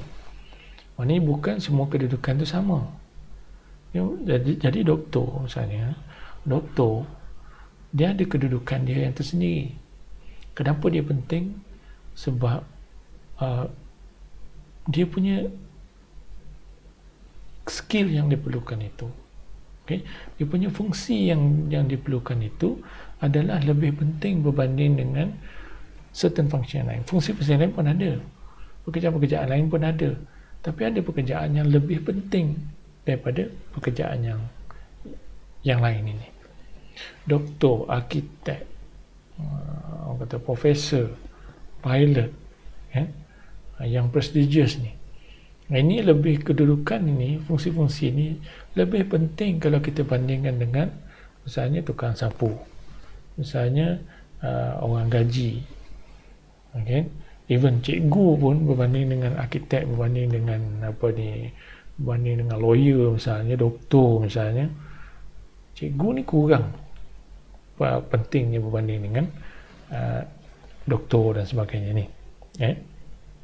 Nah, itu tak bercerita lagi, itu poin nombor 2. Yang ketiga ialah the most important position must be filled by the most qualified people. Jadi bila dah ada dua perbezaan ni, dah ada beza dari segi fungsi penting dengan fungsi kurang penting ni, ditambah pula dia kata fungsi yang penting-penting ni mesti dipegang, diisi oleh orang-orang yang layak sahaja. Jadi dia ambil doktor. Doktor ni dia punya fungsi dia bukan semua orang boleh buat. Dia kena orang tertentu saja yang boleh isi tempat dia. Orang yang macam mana? Orang yang mempunyai tahap pemikiran yang tinggi. Orang yang dia punya cara berfikir dia sangat saintifik. Orang yang tangan dia tak macam tangan kita yang menggeletar, tangan dia very steady. Orang yang boleh tengok darah dia tak geli, dia tak pengsan. Okay? Nah, jadi orang-orang macam ni dia special. Hanya orang special saja. Bukan semua orang boleh jadi doktor. Okay? Tak payah ambil contoh banyak. Saya ambil contoh diri saya sendiri. Saya tak boleh jadi doktor. Doktor perubatan lah. Walaupun saya ada di nama saya, tapi itu bukan doktor perubatan, itu doktor falsafah. Doktor perubatan saya tak boleh jadi. Sebab apa? Saya tengok darah saya mula berpinar mata. Tak boleh. Kalau doktor berpinar mata, mana boleh orang datang putus kaki apa semua, dia pula pengsan. Bukan orang yang sakit tu yang pengsan, dia pula yang pengsan. Jadi dia kena ada orang yang special untuk mengisi jawatan-jawatan penting ni.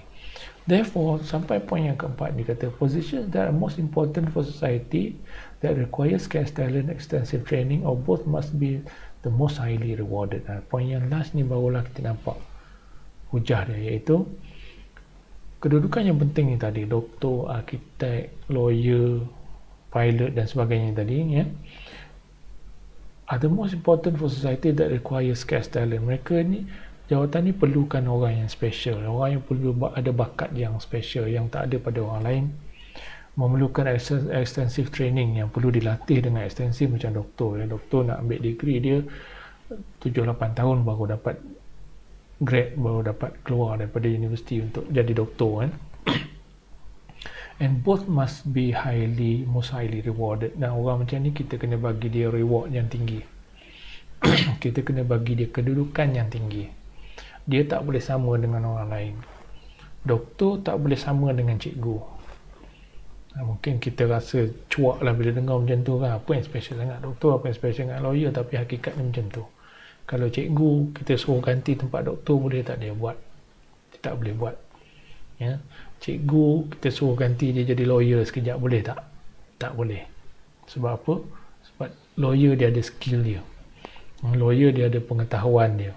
Dia ada level of thinking, dia ada level of training dia yang berbeza dengan cikgu. Jadi nak tak nak, maksud dia sini nak tak nak, kita kena letakkan grup-grup ini dia lebih tinggi status dibandingkan grup yang lagi satu. Lawyer, arkitek, profesor, doktor dia mesti duduk lebih tinggi berbanding dengan cikgu, tukang sapu, orang gaji dan sebagainya ni kan. Pekerja-pekerja kerani, pekerja-pekerja bawahan ni kan? Dia mesti duduk di bawah berbanding dengan orang atas ni, sebab dia punya skill dia berbeza. So logik je di sini ialah kenapa sertifikasi itu perlu. sebab kita ada dua grup ini. Dan dua grup ni sebenarnya kita tak boleh bertukar ganti macam tu. Dia yang bawah ni memang level dia bawah. Yang atas ni memang level dia bawah. Even dari segi upah gaji pun macam tu. Kita kena bagi doktor, lawyer, arkitek dan sebagainya gaji yang jauh lebih tinggi berbanding dengan pekerja-pekerja macam kerani, cikgu dan sebagainya, sebab level of skill dia berbeza. Jadi faham tak di sini kenapa Davis and Moore ni dia kata sertifikasi itu perlu ada. Bayangkan kalau gaji doktor dan gaji cikgu tu sama. Gaji doktor dengan gaji orang kerja bawahan jadi kerani tu gaji dia sama. Reward dia sama. Apa akan jadi? Saya percaya tak ada orang nak jadi doktor. Semua orang akan jadi kerani. Sebab buat apa you nak jadi doktor, susah-susah pening kepala, belajar begitu banyak lama, kerja dengan risiko yang tinggi. Jadi arkitek you kena perah kepala, fikir macam-macam benda nak bina bangunan supaya jangan jadi runtuh, jangan jadi herok dan sebagainya. Tiba-tiba gaji you sama dengan kerani. Siapa nak jadi arkitek? Tak ada siapa nak jadi arkitek. Siapa nak jadi profesor kalau gaji dia sama dengan cikgu? Jadi Davis semua kata nak tak nak kena ada sertifikasi tu, kena ada kelas atas tu, kena ada kelas yang bawah, barulah society boleh bergerak. Kalau tidak, tak ada siapa nak jadi doktor, tak ada siapa nak jadi profesor dan sebagainya. Jadi tu maksud dia lah, reason dia. Itu yang dimaksudkan ada fungsi yang dimainkan ini. Jadi dari satu segi, apa yang berlaku di sini ialah bila bercakap tentang sertifikasi, maka dia menjadi satu kaedah bagaimana masyarakat mengagihkan beban dan ganjaran kepada ahlinya supaya masyarakat bergerak dengan lebih efisien. Ini yang kita maksudkan tadi. Kenapa society letakkan orang ni di atas, orang ni di bawah? Kenapa society kata orang ni atas ni kena bagi gaji lebih tinggi berbanding gaji orang di bawah ni? Supaya masyarakat tu ada orang yang buat kerja berat, ada yang buat kerja ringan. Itu yang kita kata masyarakat jadi efisien tu. Macam juga dalam enjin kereta, ada part dalam enjin kereta tu yang bekerja sangat keras, ada part yang bekerja ringan. Tapi dua-dua itu dia menyumbang kepada fungsi enjin itu. Piston di dalam tu dia bergerak sangat laju. Kalau kereta bergerak laju, dia sangat bergerak laju. Dia yang paling penat sekali bergerak dalam tu. Tapi dari segi status dia, piston ni tentulah lebih hebat berbanding dengan benda komponen-komponen lain. Dia mesti dibuat daripada bahan-bahan yang sangat berkualiti. Sebab dia tak boleh, sebab dia kena stres kuat, dia kena kukuh. Dia kena bergerak dengan lancar. Dia bukannya material dia sama dengan kita kata misalnya dia punya piping dekat luar tu. Material dia lebih berkualiti, lebih kuat dia punya isi padu dia dan sebagainya. Dan kita punya cara kita servis pun, bila kita servis enjin kereta ni, yang bahagian yang penting tu, yang kuat bekerja tu, yang tu kita kena bagi perhatian lebih. Kita bagi dia minyak, tuang minyak, setiap kali servis tukar minyak dan sebagainya. Lain tak perlu tukar pun tak apa, sebab dia punya fungsi dia kurang. Jadi maksud dia macam tu lah. Jadi dia kaedah untuk mengagihkan ganjaran supaya masyarakat bergerak lebih efisien. Atau dengan kata lain, kenapa kita bagi doktor tu ganjaran gaji dia lebih tinggi? Sebab dia memainkan fungsi yang sangat berisiko tinggi. Dan orang yang kurang risiko ni, maka kita bagi dia ganjaran yang lebih rendah. Jadi cikgu tu walaupun dia penting juga, bukan kata cikgu tak penting, kerani penting, tukang sapu pun penting, tapi dia punya kerja dia itu, fungsi dia itu tidaklah sama tinggi risikonya dengan doktor. That's why gaji dia rendah. Doktor ni kita nampak senang kerja dia, datang pesakit dia yang cucuk pesakit, bukan dia kena cucuk. Tapi sebenarnya kalau you silap cucuk, kalau you tak ada skill nak cucuk dekat mana, silap cucuk tangan orang, boleh jadi hitam tangan tu. Maknanya risiko dia sangatlah tinggi. Kita kata senang doktor bagi ubatnya, tapi sebenarnya bila dia nak bagi ubat tu, dia kena belajar dulu. Masa dia sekolah medical dulu, masuk sekolah medik dulu, dia belajar habis-habisan. Kalau orang sakit macam ni, ubat mana yang nak bagi? Bukan semua orang sakit boleh bagi Panadol, no. kan? Itu maksud dia di sini. Jadi pandanglah kita bagi doktor ni gaji dia sangat tinggi, gaji upah dia sangat besar sebab fungsi dia besar. Jadi itu yang menyebabkan akhirnya doktor ni duduk dalam hierarki yang lebih tinggi berbanding dengan orang lain. Jadi itu maksud dia di sini. Kemudian ganjaran yang tak sama rata tadi akan mewujudkan motivasi bagi ahli masyarakat untuk bersaing. Jadi bila orang tahu bahawa jadi doktor ni gaji dia tinggi, maka orang ada motivation untuk jadi doktor. Orang sanggup belajar sampai 7-8 tahun sebab dia tahu bila keluar nanti dia akan dapat kerja dengan gaji yang tinggi. Dia akan dapat bermainkan fungsi yang sangat penting dalam masyarakat. Orang akan pandang mulia pada dia, orang akan hormat dia. That's why kena adanya perbezaan itu. Kalau semua orang sama rata, then masyarakat akan kacau lah, ya. Masyarakat akan hilang fungsi-fungsi yang penting.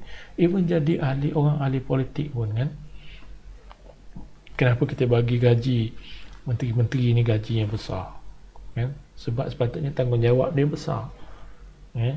Jadi that's why mereka pun kita letak di tempat yang lebih tinggi berbanding dengan orang yang biasa, sebab kerja mereka sangatlah berisiko walaupun nampak macam ringan, nampak macam simple. Dan dalam COVID-19 ni kita tengok Director General tiap-tiap hari dia kena analisis, dia kena tengok statistik, dia kena tengok patient berapa ramai yang kena COVID-19, berapa ramai yang dah sembuh dan sebagainya. Every day dia kena fokus kepada benda itu. Layaklah dia tu duduk di tempat yang tinggi. Kita ni misalnya, kita memanglah kita tak dapat gaji yang tinggi sebab kita duduk di rumah saja, kan? Tak ada fungsi.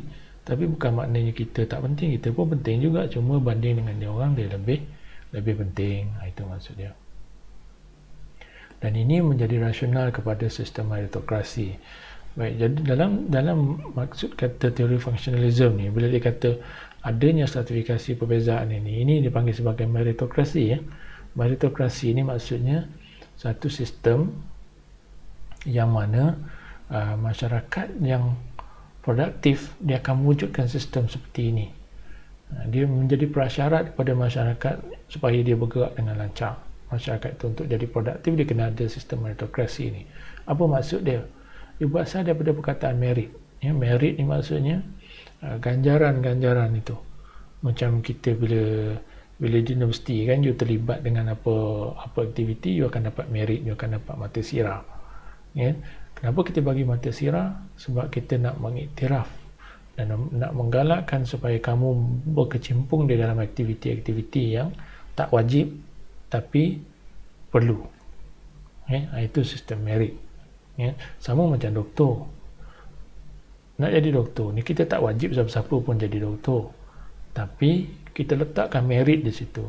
Siapa yang jadi doktor, kita bagi ganjaran dia tinggi, kita bagi gaji yang tinggi, kita pandang mulia pada dia. Itu dimaksudkan dengan merit, supaya macam kamu, kenapa kamu terlibat dengan aktiviti co-curriculum yang tak ada dalam struktur pengajaran?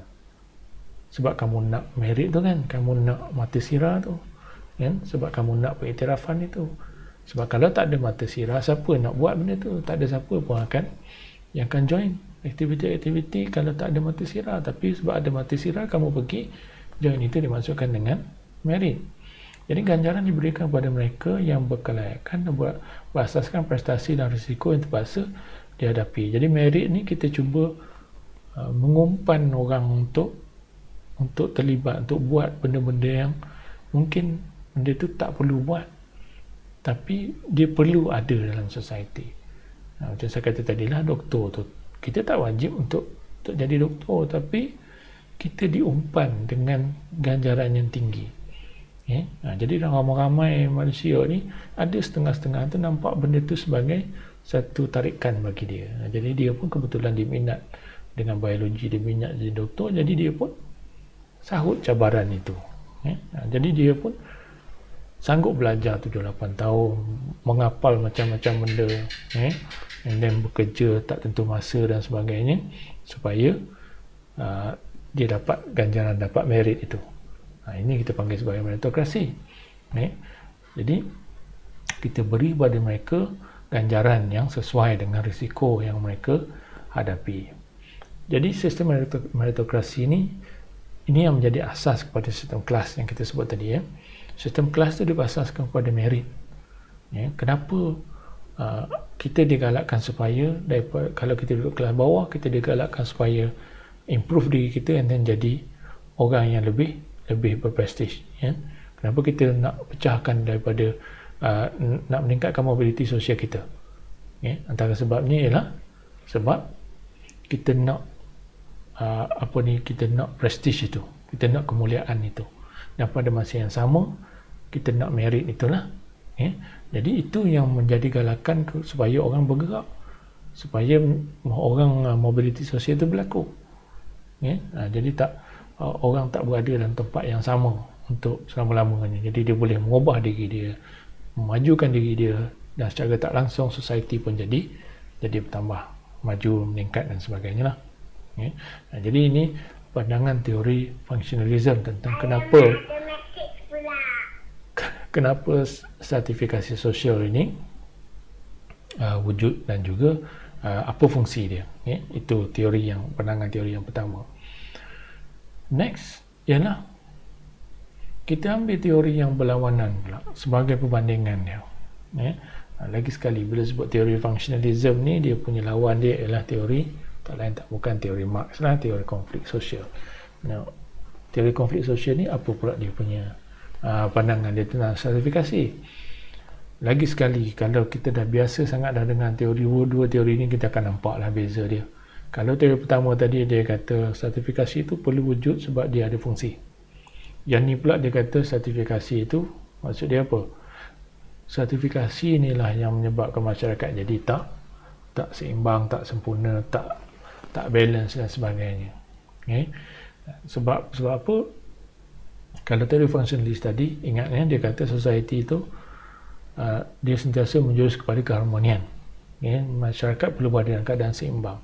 Jadi bila ada struktur sertifikasi itu, dia menyumbang sikit sebanyak kepada keseimbangan dalam masyarakat.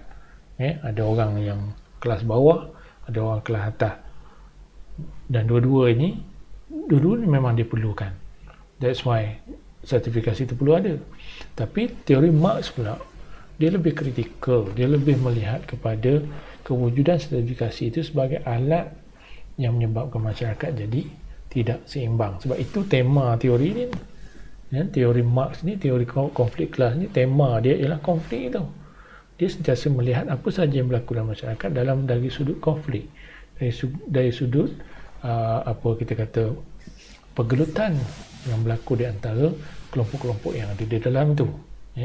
Sebab itulah antara justifikasi ataupun dia punya andaian di sini ialah stratifikasi itu berkait rapat dengan penguasaan dan proses pengeluaran. Satu pihak cuba untuk menguasai sumber-sumber yang ada dalam masyarakat, dan pihak inilah yang cuba kalau boleh nak kekalkan struktur yang ada itu, sertifikasi yang ada itu untuk kepentingan diri dia, sebab dia dah berada di atas. So dia pun kalau boleh dia nak kekalkan sistem tu, jangan bagi dia hilang dia punya kedudukan dia. Jadi bagi dia konflik itu menyumbang kepada kebaikan dia. That's why sertifikasi itu wujud ikut kata Marx. Jadi Marx punya argument kita kata sini kita baca sekejap sebab saya rasa yang ini adalah poin yang menarik diberikan oleh Hensley. Dia kata kalau ini Marx punya argument, kalau kita lontarkan persoalan yang sama tadi, kalau kita tanya Marx kenapa sertifikasi wujud, jadi Hensley kata Marx punya argument mungkin macam ni. Dia kata if he were alive to hear the functionalist argument, kalau Marx ni masih hidup lagi untuk mendengar teori functionalist tadi, yang kita dah explain teori functionalist tadi, kalau Marx dengar apa yang Davis M. Moore cerita tadi, Marx will be enraged. Dia mesti akan mengamuk sebab dia tak setuju langsung dengan apa yang dikatakan oleh teori functionalist tadi, sebab langsung bersalahan dengan idea oleh Marx itu sendiri. Sebab from his point of view, daripada sudut pandangan Marx The people in power are not there because of superior traits.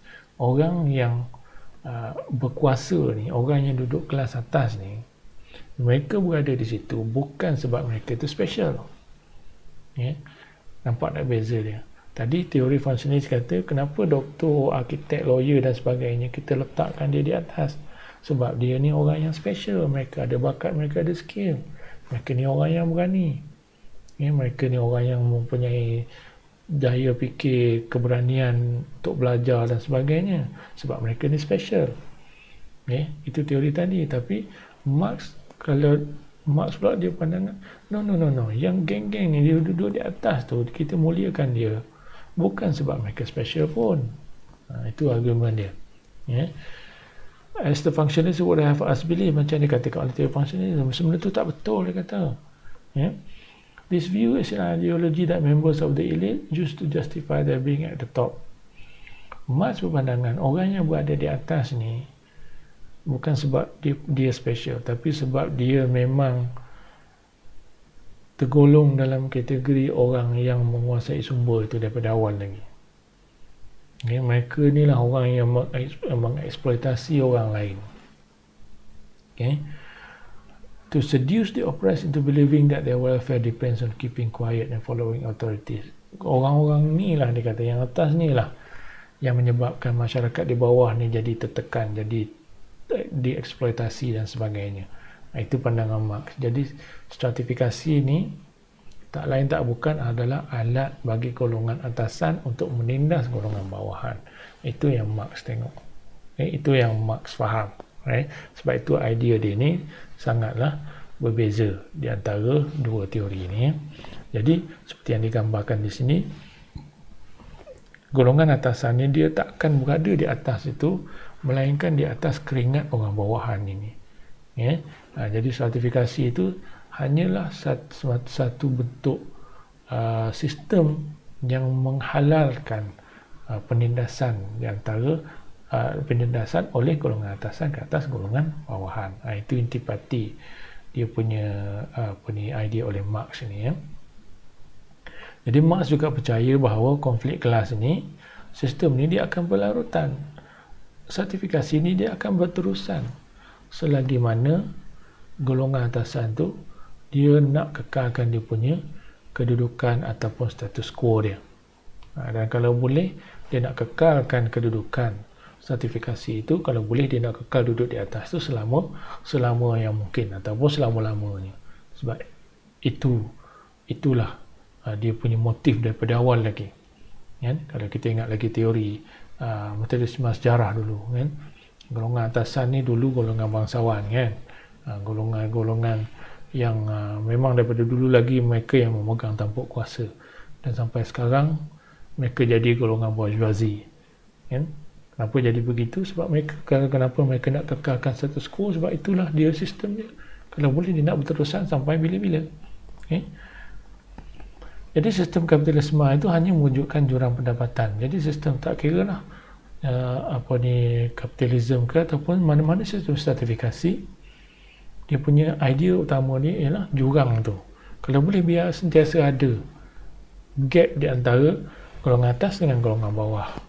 Sebab ini berada dalam kepentingan golongan atasan tadi untuk mengekalkan sistem itu, untuk mengelakkan mereka daripada jatuh. Baik, jadi sistem sertifikasi ini dikatakan akan sentiasa berkekalan sehinggalah macam yang Marx letakkan dalam teori dia lah, sehinggalah berlakunya revolusi. Apabila golongan bawah ni mereka dah tak tahan, barulah mereka bangkit menentang atasan, barulah di situ akan terlerai masyarakat itu daripada masyarakat kelas menjadi masyarakat tanpa kelas. Waktu itu barulah sertifikasi sosial ni tak lagi wujud. Masa itu barulah terlerai segala-galanya. Jadi itu intipati daripada teori oleh Marx. Jadi kalau kita ambil dua-dua teori ini, barulah kita nampak dia punya perbezaan dia. Tapi dari segi perbezaan itulah sebenarnya membantu kita untuk memahami apa yang dimaksudkan dengan sertifikasi sosial dan kenapa sertifikasi sosial itu adalah ciri yang berkekalan yang ada dalam mana-mana masyarakat di dunia ini. Baik, jadi dengan itu tamatlah untuk topik sertifikasi sosial. Okay, jadi topik ni dia agak ringkas, dia agak simple, tetapi macam juga topik-topik yang lain, kita perlu fahamlah supaya kita faham salah satu lagi dimensi ataupun orang kata apa, konsep yang ada dalam sosiologi ni, yang menggambarkan bagaimana cara untuk kita faham hakikat masyarakat itu. Jadi dengan itu saya ingat tamatlah untuk sesi ini, dan seperti yang saya katakan di awal tadi, kalau ada apa-apa soalan, kamu boleh kemukakan di dalam ruangan komen di bawah. Okay? Nanti kita akan, kalau ada masa, kita akan ada masa live nanti, kita akan cuba explain lah kalau apa-apa yang kamu rasa tak faham, kurang jelas dan sebagainya. Sebab kalau boleh, kalau sesi ni secara live, mungkin kita boleh jawab teruslah, tapi sebab dalam bentuk macam ni, kita kita tangguh dululah. Ada apa-apa soalan boleh tanya di kemudian nantilah. So dengan itu saya sudahi dengan wabillahi taufiq wal hidayah. Assalamualaikum warahmatullahi wabarakatuh. Kita jumpa dalam video yang berikutnya nanti.